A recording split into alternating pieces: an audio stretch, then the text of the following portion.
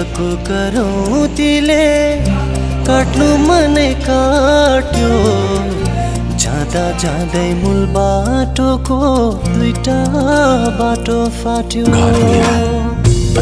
स्वर्गको करौँतीले काट्नु मनै काट्यो जाँदा जाँदै मूल बाटोको दुईटा बाटो फाट्यो एउटा बाटो परदेश अर्को घर देश परदेशी र घर देशीको कहिले